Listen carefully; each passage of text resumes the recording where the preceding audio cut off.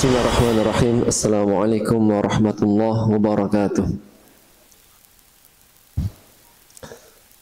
Innal hamdalillahi nahmaduhu wa nasta'inuhu wa nastaghfiruh wa na'udzu billahi min shururi anfusina wa min sayyiati a'malina. May yahdihillahu fala mudilla lahu wa may yudlil fala hadiya lahu. Asyhadu an la ilaha illallah wahdahu la syarika lahu wa asyhadu anna Muhammadan abduhu wa rasuluhu la nabiyya wa la rasula ba'da amma ba'd. Alhamdulillah, segala puji bagi Allah, kita berjumpa di pagi hari ini yang insyaallah ta'ala kita akan lanjutkan materi kita di surat Ali Imran ayat 23.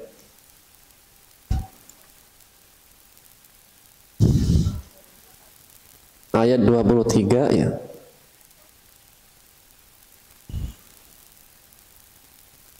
Tentang tabiat karakter ahli kitab yang kafir dan ancaman atas mereka ya. Ancaman atas mereka karena berpaling dari hukum Allah. Dan sebelum kita masuk pada terjemahan, kita ambil materi kaidah ya. Materi kaidah ya, kita sampai pada pembahasan tentang isim maf'ul. Ya.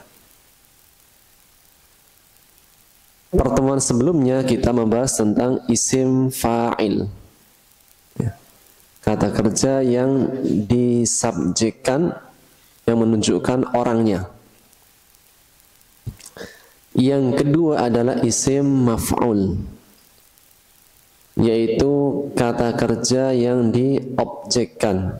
Kalau isim fa'il disubjekkan, kalau isim maf'ul diobjekkan. Artinya orang yang di. Ya.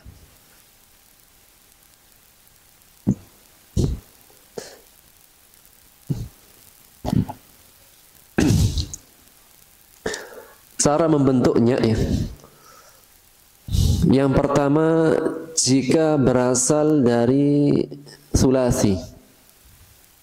Apa itu sulasi? Fi'il yang terdiri dari 3 huruf disebut dengan sulasi. Contoh, fa'ala. Fa'ala yaf'ulu. Berapa huruf? 3. Dari mana kita mengetahui ini 3 huruf? Dilihat dari fi'il madhinya. Fa'ala fi'il madhi, yaf'ulu fi'il mudhari'. Mana yang kita lihat? Fi'il madhinya. Fa'ala terdiri dari 3 huruf. Fa, ain, lam. Jika dia terdiri dari 3 huruf, maka isim maf'ulnya wazannya maf'ulun. Kita baca fa'ala yaf'ulu maf'ulun.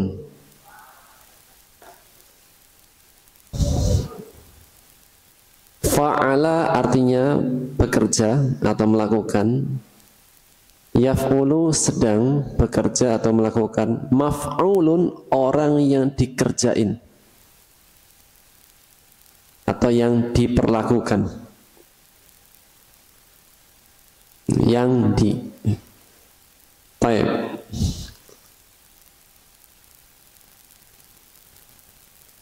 Kita ambil contoh ya.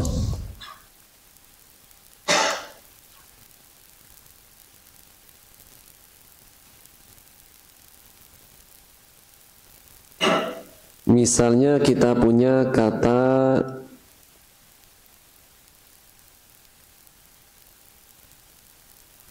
qara'a. Cukup besar apa kurang? Kurang ya? Kurang. Kurang besar ya. Maklum. Kita baca qara'a. Artinya membaca. Berapa huruf? 3. Isim maf'ulnya apa tadi? Maf'ulun, berarti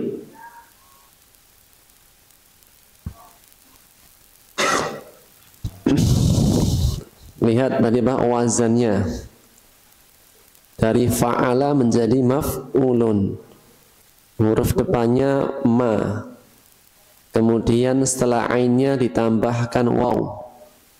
Menjadi maf'ulun. Sehingga dari qara'a menjadi maq. Rabaru. Ru karena waw kan? Maqru'un. Sekali lagi, qara'a. Isim maf'ulnya maqru'un.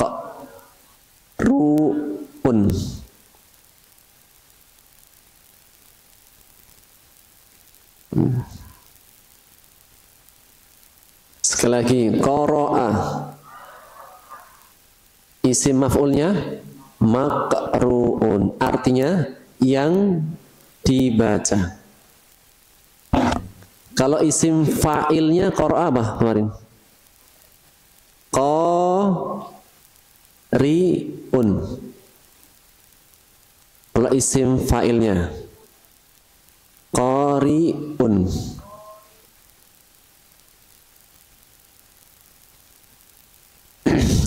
Qara'a artinya membaca. Kalau qari'un orang yang membaca. Kalau maqru'un yang dibaca.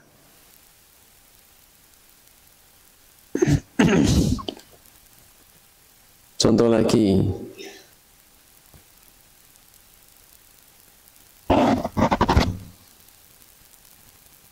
Kataba.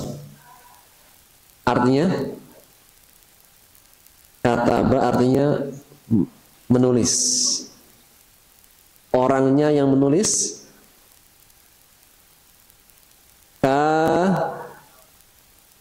katibun. Orangnya yang menulis. Yang ditulis menjadi maktubun.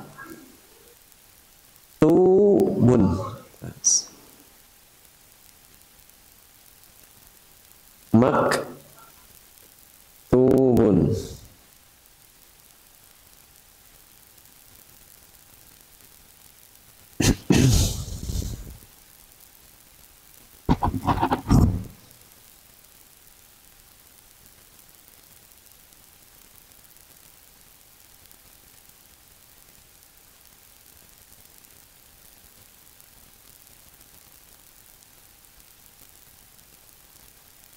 Syakaro.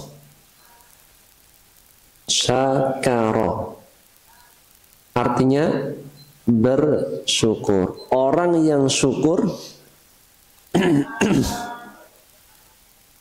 syakirun. Orang yang bersyukur. Yang disyukuri.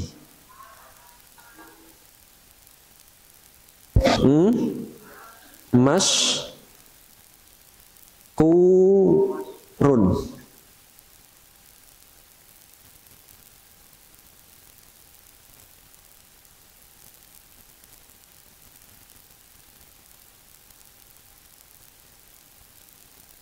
Masykur ya, yang disyukuri.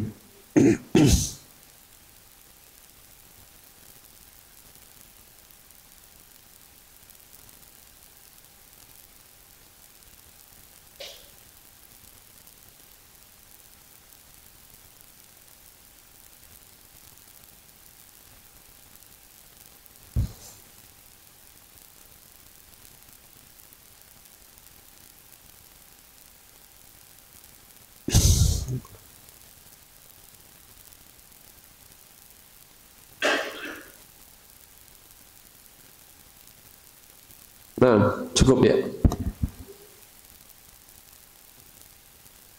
Baik, kaidahnya sementara cukup. Kita apa? Pembahasan isim maf'ul.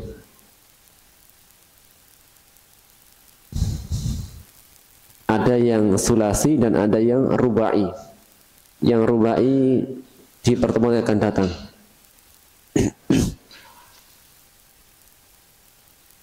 Baik, kita sekarang masuk di terjemahan. Ayat 23, 24, 25. Kita baca dulu kosakata di halaman 27.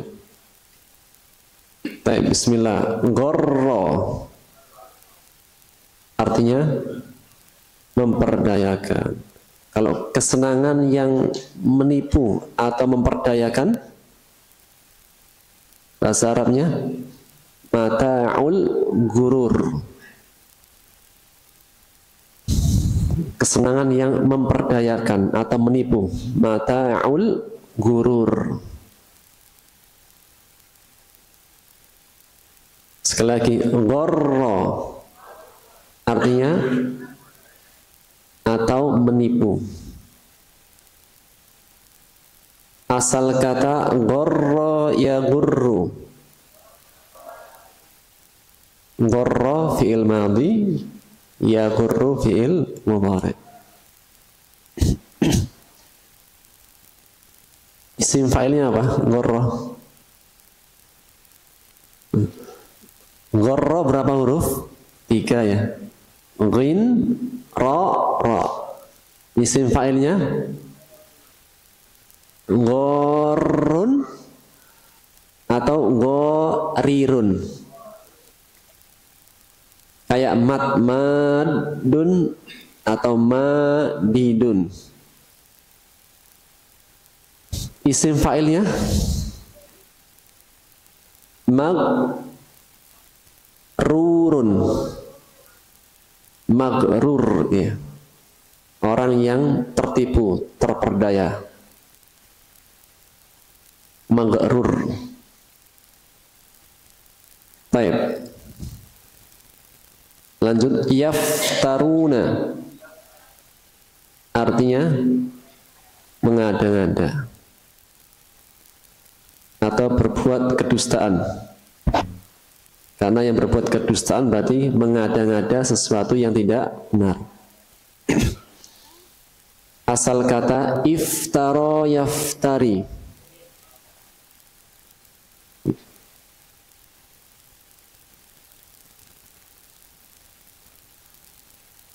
Baik, khalas. Kita lihat di ayatnya. Ya. Ayat 23 sampai 25 kosakatanya hanya 2. Berarti semuanya sudah lewat. Bismillah. Ayat 23. Alam tidakkah, bukankah, belumkah. Alam tidakkah, taro kamu perhatikan. Seperti dalam surat Al-Fil, alam taro kaifa fa'ala rabbuka bi ashabil fil. Halaman berapa ini? 26. Baik, sekali lagi, alam taro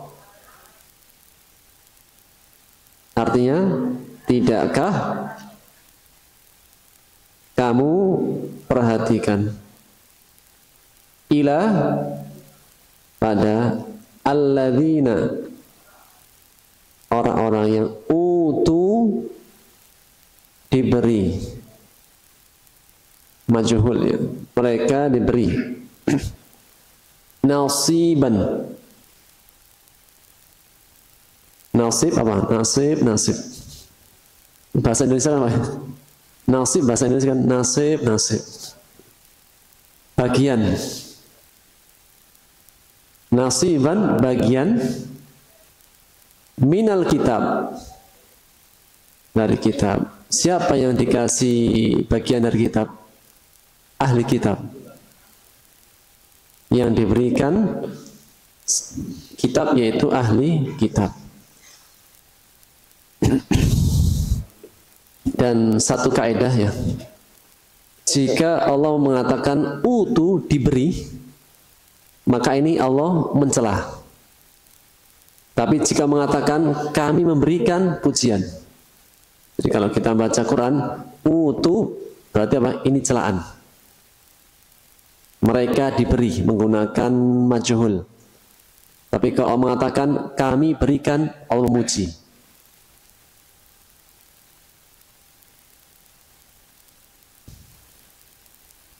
Baik. Lanjut.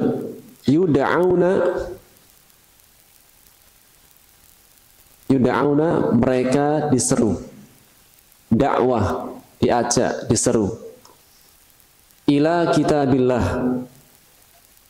kepada kitab Allah, yaitu Al-Quran. Kalau yang pertama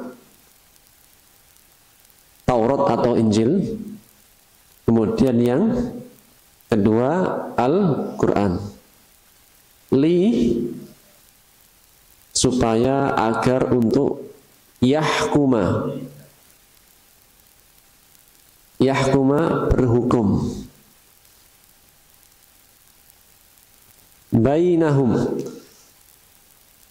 di antara mereka. Di antara mereka siapa? Ahlu kitab.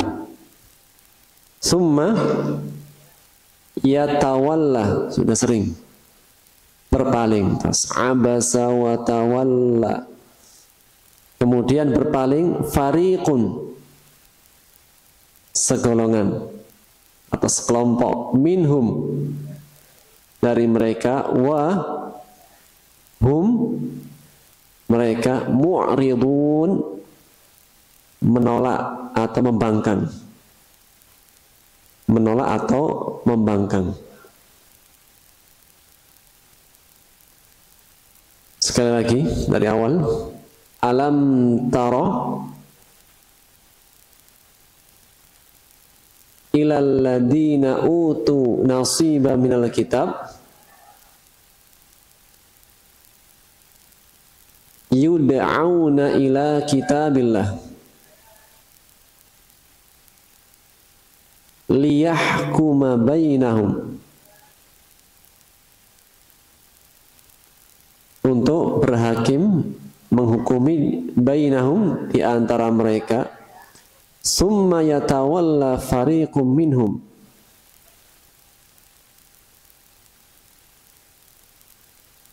wahum mu'ridun, mereka menolak atau membangkang. Kalau berpaling itu dengan tubuhnya, kalau mu'ridun dengan hatinya. Ya tawalla itu apa? Berpaling dengan tubuhnya. Kalau mu'ridun hatinya.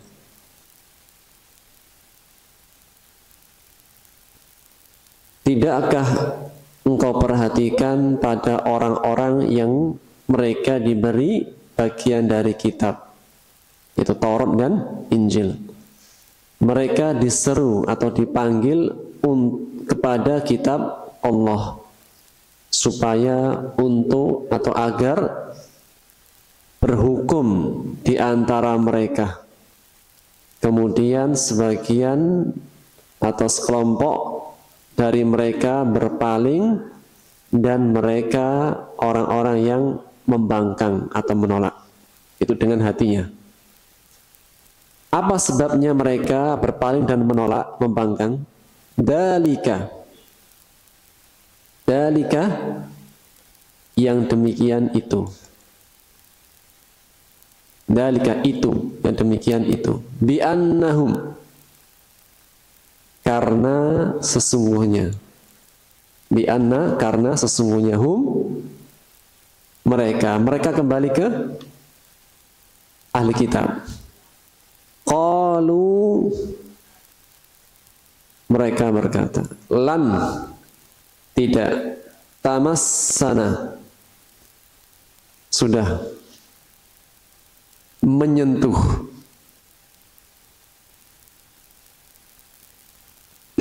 lan tamassana nar, mana failnya?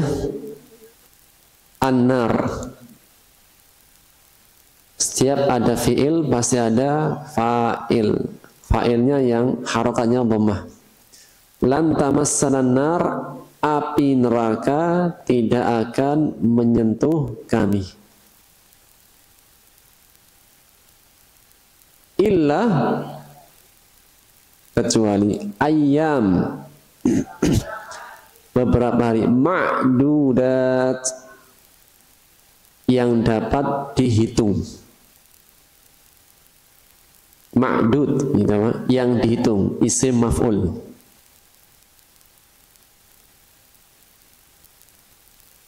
Wa gharra, tadi apa? Wa gharrahum, dan mereka terperdaya, tertipu. Fi dinihim, dalam agama mereka. Agama mereka agama apa? Agama hawa nafsu. Itu Yahudi dan Nasrani. Enggak ada namanya agama Yahudi dan Nasrani. Agama hawa nafsu. Sekali lagi, wa gharrahum fi dinihim, dan mereka terperdaya atau tertipu fi dinihim, dalam agama mereka. Agama hawa nafsu. Maka nu yaftarun, ma apa-apa, oleh apa-apa, kanu yang mereka dulu, yaftarun ada-adakan. Sekali lagi, dzalika, yang demikian itu, bi annahum, karena mereka qalu lan tamassana nar, mereka berkata api neraka tidak akan menyentuh kami, atau kami tidak akan disentuh oleh api neraka, illa ayyaman ma'dudat, kecuali beberapa hari yang dapat dihitung. Wa gharrahum fi dinihim ma kanu yaftarun, mereka terperdaya dalam agama mereka oleh apa-apa yang mereka dulu ada-adakan. Yang demikian itu karena mereka berkata, api neraka tidak akan menyentuh kami, kecuali beberapa hari yang dapat dihitung. Dan mereka terperdaya, tertipu dalam agama mereka oleh apa-apa yang mereka dulu ada-adakan. Fa, maka, kaifa, bagaimana? Maksud bagaimana keadaannya, bagaimana nasibnya, idza, apabila jama'nahum, jama'na, kami kumpulkan, hum, mereka, maksudnya dikumpulkan, dibangkitkan, kami kumpulkan mereka, li, pada, yaum, pada atau untuk hari, la raiba fi, tidak ada keraguan di dalamnya. Hari apa itu? Hari kiamat, hari kebangkitan. Wa wufiyat, diberi balasan sempurna, atau ya, diberi balasan yang sempurna.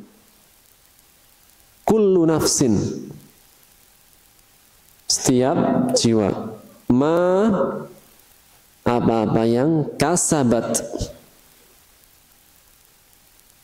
dia usahakan, dia perbuat, wa hum, mereka, la yudlamun, mereka tidak dizalimi. Sempurna. Fa kaifa idza jama'nahum,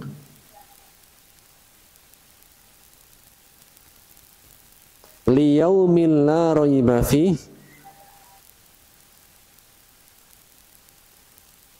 wa wuffiyat kullu nafsin, diberi balasan yang sempurna setiap jiwa maka sabat, apa-apa yang ia telah perbuat atau usahakan, wahum la yudlamun, dan mereka tidak dizalimi. Cukup.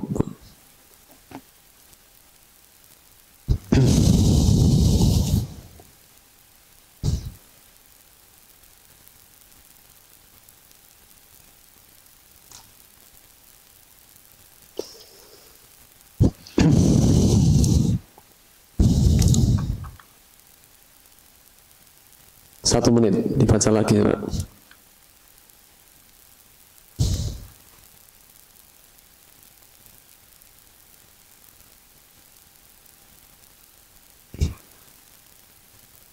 Ya.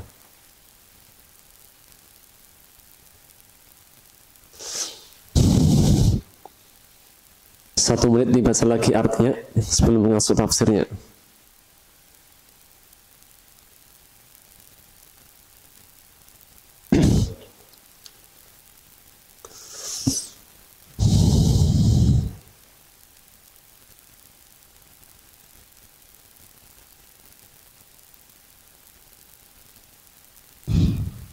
Baik. Bismillahirrahmanirrahim. Ayat 23 sampai ayat 25 ya, menjelaskan kepada kita tentang karakter tabiat ahli kitab yang kafir dan ancaman atas mereka karena berpaling dari hukum Allah.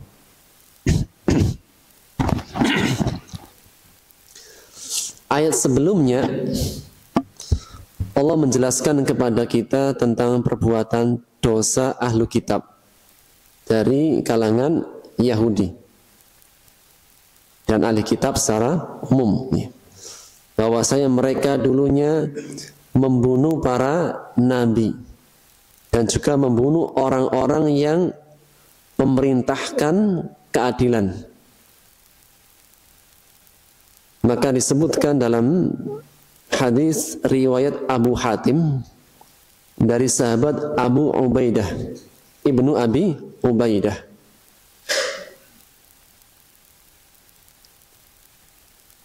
seorang laki mengatakan, "Ya Rasulullah, man asyaddun nasi adaban?" Wahai Rasulullah, siapakah di antara manusia yang paling keras siksanya pada hari kiamat? Maka Rasulullah SAW mengatakan, orang-orang yang mereka membunuh para nabi. Kemudian setelahnya orang-orang yang membunuh manusia yang menyuruh kepada keadilan, yaitu mereka yang menyuruh kepada perbuatan yang ma'ruf dan mencegah pada perbuatan yang mungkar. Jadi apa? Makna orang-orang yang menyuruh kepada keadilan yaitu yang meneruskan jejaknya para nabi dan rasul, yang mereka menyuruh untuk berbuat yang ma'ruf dan mencegah dari yang mungkar. Maka siapapun yang membunuh mereka, mereka adalah orang yang paling keras siksanya. Dan bahwasanya disebutkan orang-orang Bani Israel itu membunuh nabi-nabinya sebanyak 43 nabi. Dan nabi yang paling banyak itu ada di Bani Israel. Nabi siapa sajakah mereka?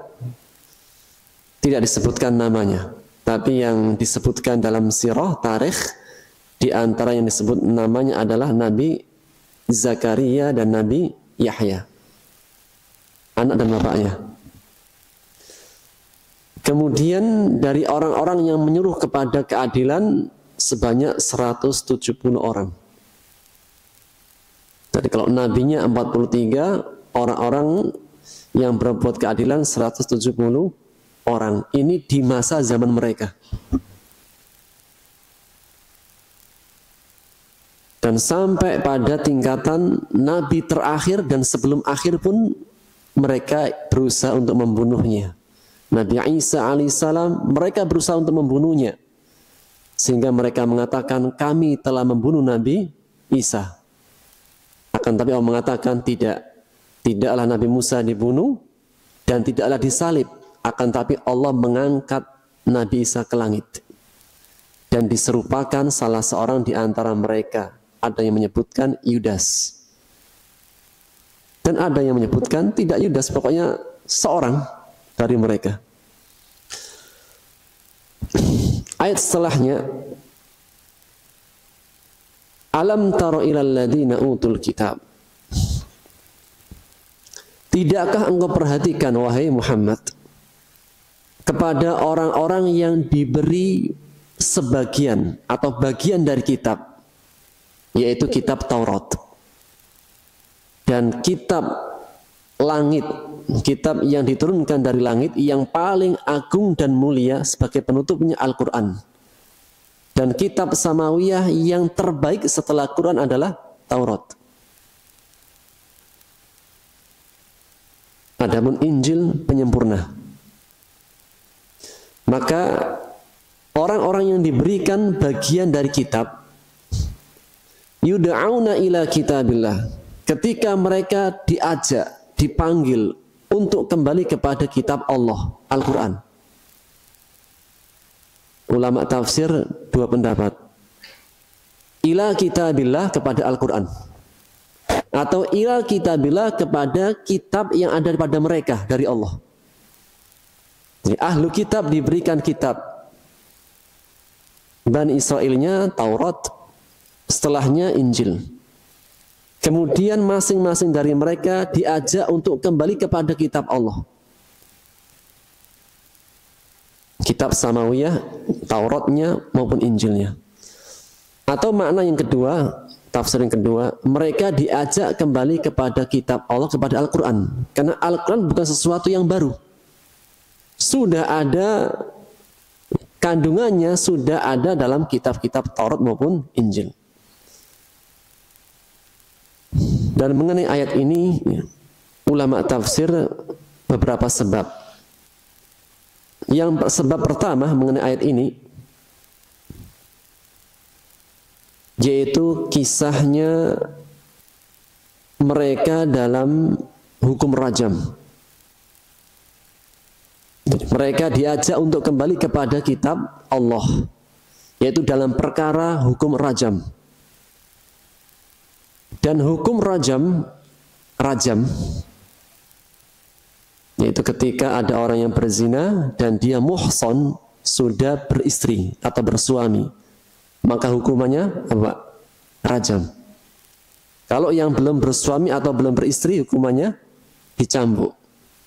Berapa? 100 cambukan. Dan diasingkan dari tempatnya. Bagi laki-laki. Adapun bagi perempuan akan dikurung. Adapun yang menuduh 80 cambukan. Jadi kalau yang berbuat 100 cambukan dan itu diasingkan dari tempatnya. Adapun yang menuduh, misalnya apa? Menuduh berbuat zina tapi tidak terbukti, hukumannya 80 cambukan. Namun yang berzina dan dia muhsan, hukumannya rajam. Baik dalam syariatnya Nabi Muhammad maupun syariat-syariat sebelumnya. Syariatnya Nabi Isa dan syariatnya Nabi Musa alaihissalam sudah ada. Maka disebutkan dalam hadis yang diriwayatkan oleh Bukhari dan Muslim dari Abdullah ibnu Umar radhiyallahu anhuma, semoga Allah meridhai keduanya, bahwasanya orang-orang Yahudi suatu ketika datang kepada Rasulullah sallallahu alaihi wasallam. Mereka menyebutkan kepada Rasulullah SAW bahwasanya ada seorang lelaki dari mereka, dari orang-orang Yahudi Bani Israel, itu berzina dengan seorang perempuan. Jadi laki-laki dan perempuan berzina. Dan keduanya muhsan, sudah suami sudah punya istri dan sudah punya suami. Maka Rasulullah SAW bersabda, jadi mereka datang kepada Rasulullah SAW minta pendapat, kira-kira pendapatmu apa hukumannya dalam syariatmu. Maka Rasul mengatakan, coba temukan dalam kitab Taurat kalian, apa hukumnya? Rasulullah SAW apa? Coba cari dalam kitab Taurat kalian. Karena dalam kitab Taurat ada petunjuknya.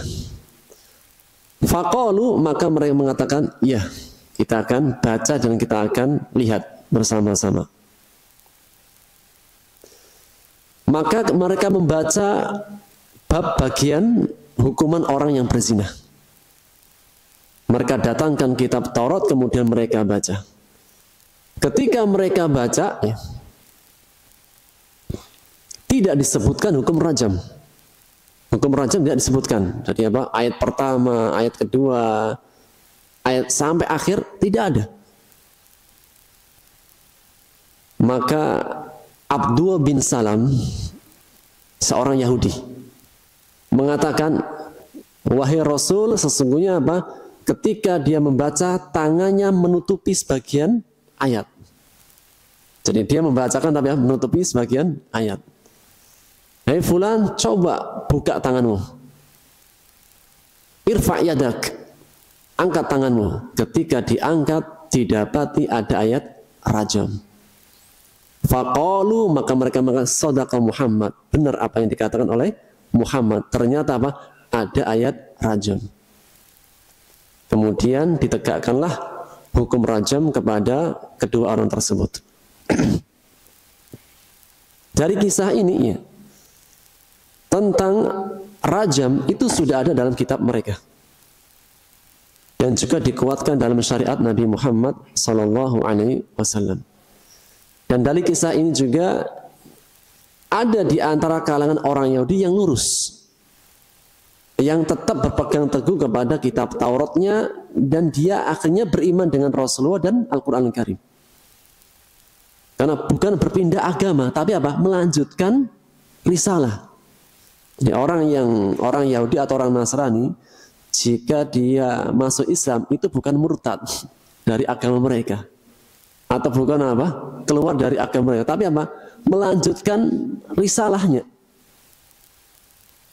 Kalau keluar daripada Islam itu baru murtad, karena sudah maju mundur. Maka di antara yang masuk Islam adalah Abdullah ibnu Salam, orang Yahudi. Sehingga ayat tadi, tidakkah engkau perhatikan kepada orang-orang yang diberikan kitab? Mereka diajak berhukum kepada kitab Allah. Tadi dalam tafsirnya dua, yaitu apa? Kembali kepada kitab Allah, kitab mereka, atau kembali kepada kitab Allah, yaitu Al-Quranul Karim. Dan di antara ayat pertama-tama yang turun kepada Rasulullah SAW adalah ayat rajam. Jadi ayat rajam itu ada dalam Quran di masa awal, kemudian dihapus dari Al-Quran Al-Karim. Maka kita bisa temukan dalam hadis riwayat Bukhari Muslim dari hadis Aisyah, ya. Sesungguhnya di antara yang diturunkan dari ayat-ayat Al-Quran yang pertama adalah ayat rajam, kemudian dihapus lafadznya dalam Quran, tapi hukumnya masih tetap ada dan berlaku sampai hari kiamat. Pertanyaannya, kenapa dihapus? Jadi kalau ditanya, ada gak Ustaz ayat tentang rajam dalam Quran? Tidak ada. Tidak ada ayat rajam dalam Quran. Tapi pertamanya ada. Lafadznya, apabila ada seorang yang berbuat zina dan sudah muhson, maka rajamlah. Asy-syaikhu wasy-syaikhatu farjumuhuma. Orang yang tua yang sudah menikah dan orang yang tua perempuan ketika berbuat zina dirajam. kemudian dihapus lafadznya dan tetap ada hukumnya. Maka di antara an-nasi wal mansukh, ada ayat yang dihapus lafadznya dan dihapus hukumnya. Ada yang sebaliknya, dihapus lafadznya, hukumnya masih ada. Di antara ayat yang, dan ayat satu-satunya dihapus lafadznya, hukumnya masih ada ayat rajam. Pertanyaannya, kenapa?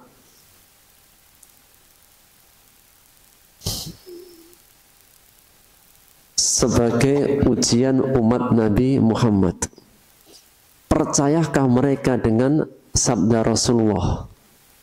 Percayakah mereka dengan apa? Perintah dari Allah. Ujian. Karena keimanan perlu diuji gak Pak? Untuk menyatakan ini orang beriman dengan Allah dan Rasulnya, itu perlu diuji gak?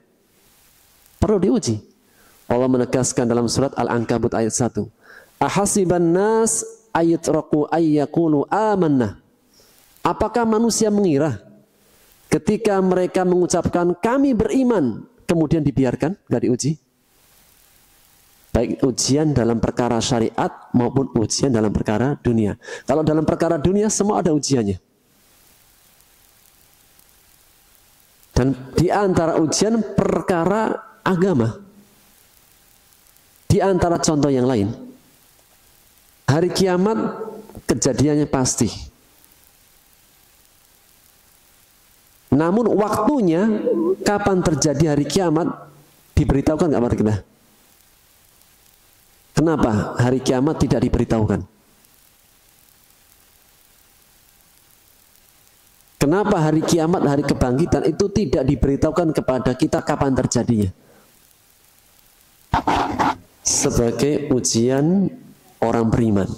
Kira-kira orang beriman ini masih nggak beriman dengan perkara yang gaib? Kalau dengan perkara-perkara zahir, beriman dengan Nabi Muhammad, ada. Beriman dengan Quran, ada. Barangnya, ada kitabnya, kelihatan. Tapi beriman dengan hari akhir tidak kelihatan. Tapi Allah tunjukkan bukti-buktinya. Allah Maha mampu untuk menjadikan hari kiamat tegak sebagai bentuk ujian. Oleh karenanya ketika Allah menyebutkan sifat-sifat orang beriman dalam surat Al-Baqarah, pertama kali yang Allah sebutkan orang beriman itu dikenal dengan imannya dengan perkara yang gaib. Hudal lil muttaqin alladzina yu'minuna bil ghaib. Karena berbicara keimanan itu hati, meyakini 100% dalam perintah Allah dan larangannya. Dan juga di antara faedahnya, kenapa hari kiamat Allah rahasiakan? Agar manusia senantiasa mempersiapkan diri. Sebagaimana kematian adalah kiamat kecil. Setiap dari kita itu punya kiamat kecil. Apa itu? Kematian. Kenapa kematian Allah rahasiakan? Di antara kita ada gak yang tahu kapan dia mati dan di mana dia mati? Gak ada. Kenapa Allah rahasiakan? Ujian bagi manusia agar senantiasa waspada dan mawas diri sepanjang hidupnya. Jangan sampai apa ya, pas ketika dia berbuat kemungkaran, pas itulah apa, datang wafatnya. Na'udzubillah. Maka apa? Seseorang senantiasa berbuat baik dan berbuat baik, karena dia tidak tahu kapan dia akan meninggal.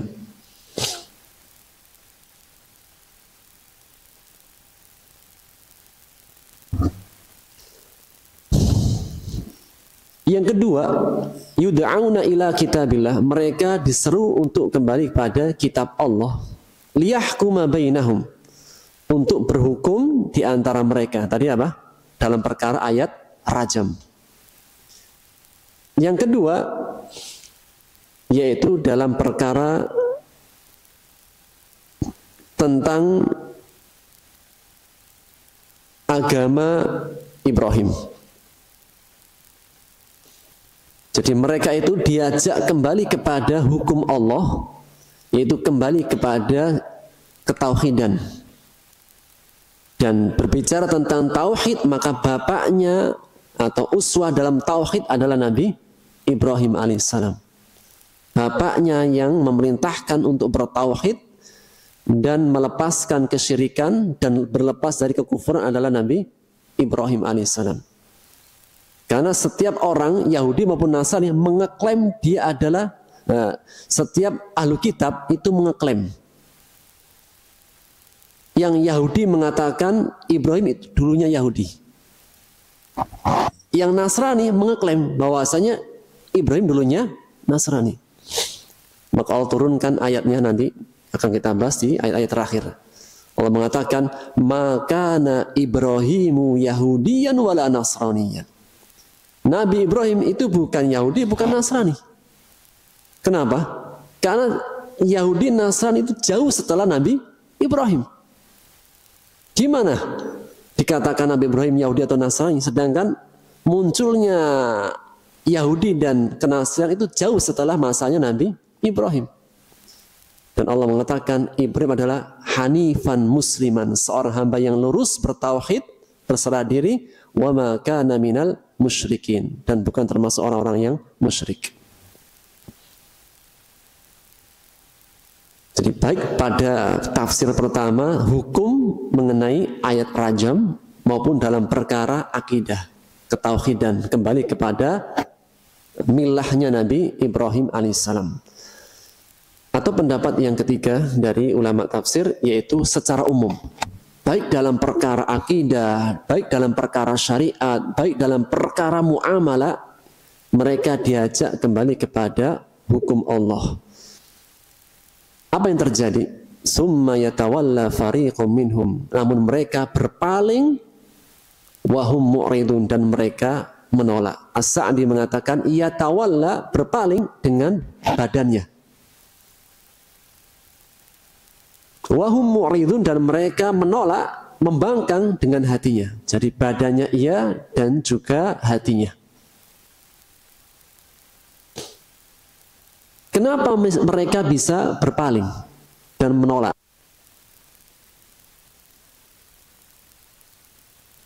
Pertama-tama kali beriman dan taat dengan hukum Allah adalah orang yang dikasih kitab. Kalau orang-orang musyrik, mungkinlah butuh waktu untuk menyadarkan, untuk memahamkan. Tapi orang yang sudah dikasih kitab masih saja menolak dan membangkang, ini pertanyaan besar.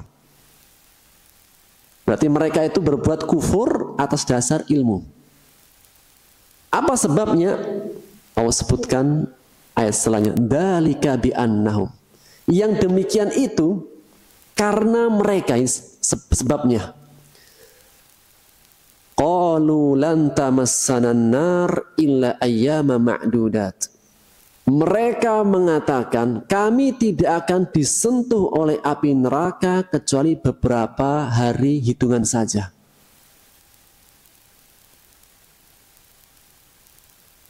Yang pertama, beberapa hari saja disebutkan dalam hadis riwayat Ibnu Abi Hatim dan Ibnu Jarir. Orang-orang Yahudi mengatakan sesungguhnya umurnya dunia itu 7.000. Umurnya dunia 7.000. Sekarang berapa? Kita ada tahun berapa sekarang? 2023. Berarti masih kurang berapa? Kalau berdasarkan perkataan Yahudi ini. Ini angan-angan kosong. Ini orang-orang Yahudi apa? Berbuat angan-angan kosong. Mengada-ngada saja. Umurnya dunia itu 7.000 tahun. Dan setiap 1.000 tahunnya hukumannya hanya 1 hari. Jadi andai kata kekal dalam api neraka itu paling berapa? 7 hari. Ini klaim-klaim saja tanpa ada bukti dan dalil. Maka setelah seandainya kami disentuh oleh api neraka karena perbuatan kami, itu paling hanya beberapa hari saja, 7 hari. Karena umur dunia hanya 7.000 tahun dan setiap 1.000 tahunnya hanya 1 hari. atau pada perkataan mereka, atau seandainya kami disentuh api neraka, maka paling maksimal 40 hari. 40 hari ini apa? Perbuatan kami dulu ketika menyembah anak sapi.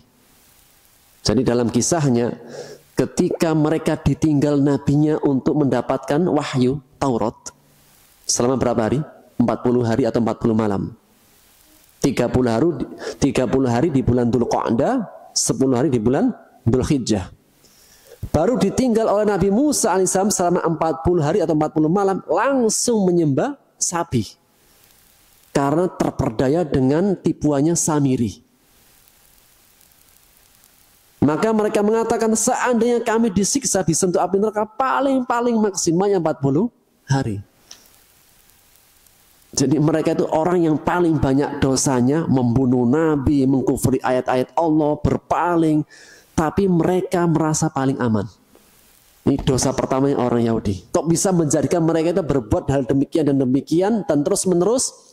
Sebab pertama, mereka orang yang paling merasa aman dari siksa Allah. Ada gak Pak? Orang yang paling banyak dosanya, paling bejat kelakuannya, tapi merasa paling aman. Ada kan? Makanya kan kita nggak heran jika ada yang mengatakan mudanya foya-foya, ketika tua kaya raya, ketika mati langsung masuk surga. Ya, ada kan?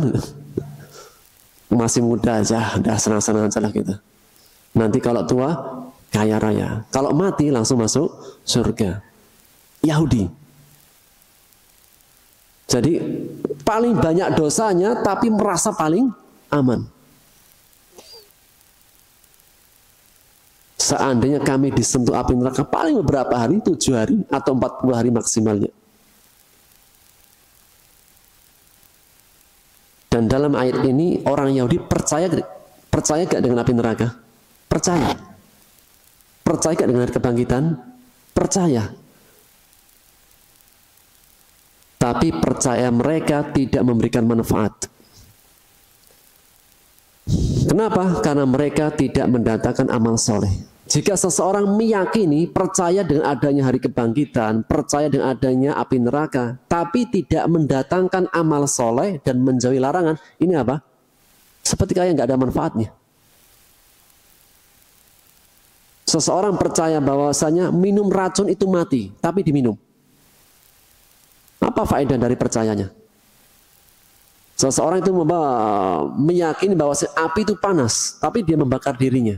Ini ilmu yang nggak bermanfaat, pengetahuan yang nggak ada faedahnya. Itulah Yahudi. Mereka percaya dengan adanya api neraka, percaya dengan adanya kebangkitan, tapi mereka tidak menjauhi larangan Allah dan menjalankan perintahnya, sehingga tidak ada faedahnya. Maka sebab yang pertama, mereka itu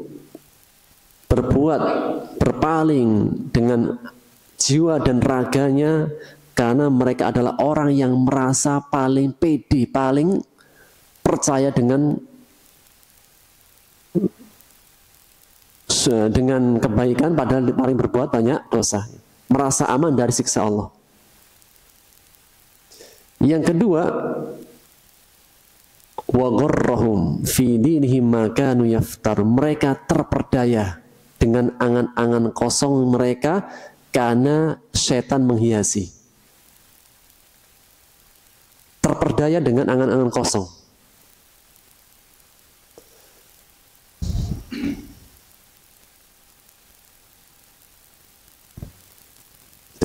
Orang yang punya angan-angan kosong itu apa?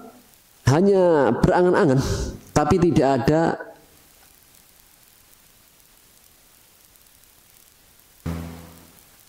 mereka percaya surga, tapi mereka nggak mengejar. Ini apa? Angan-angan kosong.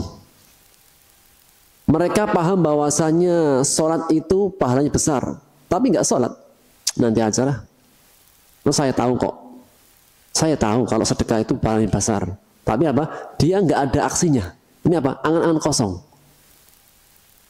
Dan di antara perangkap setan Di antara perangkap setan adalah menjadikan manusia itu punya angan-angan kosong yang panjang. Nantilah kalau saya sudah punya waktu, saya akan ngaji. Nantilah kalau saya sudah pensiun, nanti saya baru akan belajar. Ini apa? Di antara perangkapnya setan. Wa ghurrahum, mereka dibikin tertipu, terperdaya dalam agama mereka. Maka nu yaftarun, yang mereka ada-adakan sendiri. Apa yang mereka ada-adakan? Disebutkan dalam tafsir As-Sa'di dan yang lainnya. Di antara yang mereka ada-adakan, mereka mengatakan, wa qalatil yahud wan nasara, dan orang-orang Yahudi dan Nasrani mereka mengatakan, nahnu abna'ullah wa ahibba'uh. Kami ini adalah anak-anaknya Tuhan Allah dan kekasih-kekasihnya. Jadi apa? Orang Yahudi, orang Nasrani mengeklaim dirinya adalah anaknya Tuhan dan kekasihnya. Adakah Allah menyatakan nasab? Enggak ada. Allah berfirman dalam surat Al-Ikhlas, Qul huwallahu ahad, Allahus samad, lam yalid walam yulad. Tidak beranak dan tidak diperanakan. Allah tidak pernah mengatakan Allah punya nasab. Karena Allah qa'iman bil adl, Allah itu maha adil. Yang beriman dikasih surga, yang kufur, ingkar, berbuat membangkang, menolak, ya neraka. Meskipun dia anaknya seorang nabi. Rasulullah SAW pernah memperingatkan kepada keluarga dekatnya. Ketika turun firman Allah, wa andir ashiratakal aqrabin, wahai Muhammad, beri peringatan dengan api neraka keluarga-keluarga dekatmu. Jadi sebelum berdakwah disuruh memperingatkan keluarga-keluarga dekatnya. Maka Rasul mengatakan, ya ma'syara Quraisy, wahai orang-orang Quraisy, ishtaru anfusakum, selamatkanlah diri kalian. Sesungguhnya aku tidak bisa memberikan manfaat kepada kalian. Kabilahnya Quraisy. Ya Bani Abdi Manaf, wahai anak keturunan keluarga besar Abdu Manaf, yaitu kabilahnya Rasulullah SAW. La ugni ankum minallahi syai'a, aku tidak bisa memberikan keselamatan, manfaat kepada kalian sedikit pun di hadapan Allah. Ya Abbas ibnu Abdul Muttalib, wahai pamanku Abbas ibnu Abdul Muttalib, la ugni anka minallahi syai'a, aku tidak bisa memberikan manfaat kepada kalian sedikit pun dari adab Allah. Ya Safiyata ammata Rasulullah, wahai Safiyah, bibinya Rasulullah. Bibinya Rasulullah namanya siapa? Safiyah. La ugni anki minallahi syai'a, aku tidak bisa memberikan keselamatan kepada kalian dari siksa Allah. Wa ya Fatimah binta Muhammad, wahai Fatimah putri Muhammad, salini ma syi'ti min mali, mintalah harta dariku terserah. Silakan minta harta dariku. Dunia silakan minta dariku. Tapi ingat, la ugni anki minallahi syai'a, aku tidak bisa menyelamatkan dirimu dari adab Allah. Maka masing-masing selamatkan diri kalian dari siksa Allah. Jadi tidak ada seorang pun yang punya hubungan orang dalam atau nasab di hadapan Allah Subhanahu wa taala. Kalau di dunia oke lah, masih berlaku kan. Kalau urusannya susah, cari orang dalam. Tapi kalau perkara akhirat, Nabi Muhammad memberikan peringatan kepada Fatimah. Ya Fatimah, salini min mali ma syi'ti, minta harta dariku terserah kamu minta. Minta berapa kamu? Aku akan penuhi semampuku. Tapi ingat, aku tidak bisa menyelamatkan dirimu dari siksa Allah. Sehingga Allah tidak pernah menjadikan ada nasab dan ada pilih kasih dalam syariatnya. Semuanya sama. Apakah karena dia anaknya Kiai Gus kemudian selamat kalau dia berbuat kejahatan? Enggak juga. Apakah ketika dia adalah seorang Habib, Syarif atau Sayyid, dia akan selamat kalau berbuat kemaksiatan? Enggak juga. Allah tidak pernah menjadikan antara hambanya ada nasab maupun pilih kasih. Sehingga sebab yang kedua, mereka orang-orang Yahudi ini apa? Mereka itu berpaling dan membangkang karena terperdaya dengan angan-angan kosongnya. Merasa kami ini adalah anak-anaknya Allah, kekasih-kekasihnya Allah. Yang pertama sebabnya merasa paling aman padahal banyak dosanya. Yang kedua, terperdaya dengan angan-angan kosong mereka ketika mereka mengatakan kami adalah anak-anaknya Tuhan dan kekasihnya. Demikian karena waktunya habis, Pak. Kita cukupkan dulu 2 ayat. Ayat selain tentang ayat ancaman. Ini yang bisa kita ambil faedahnya dan kita lanjutkan di pertemuan akan datang. Wallahu ta'ala bishawab. Subhanaka wa bihamdika asyhadu an la ilaha illa anta astaghfiruka wa atubu ilaik. Assalamualaikum warahmatullahi wabarakatuh.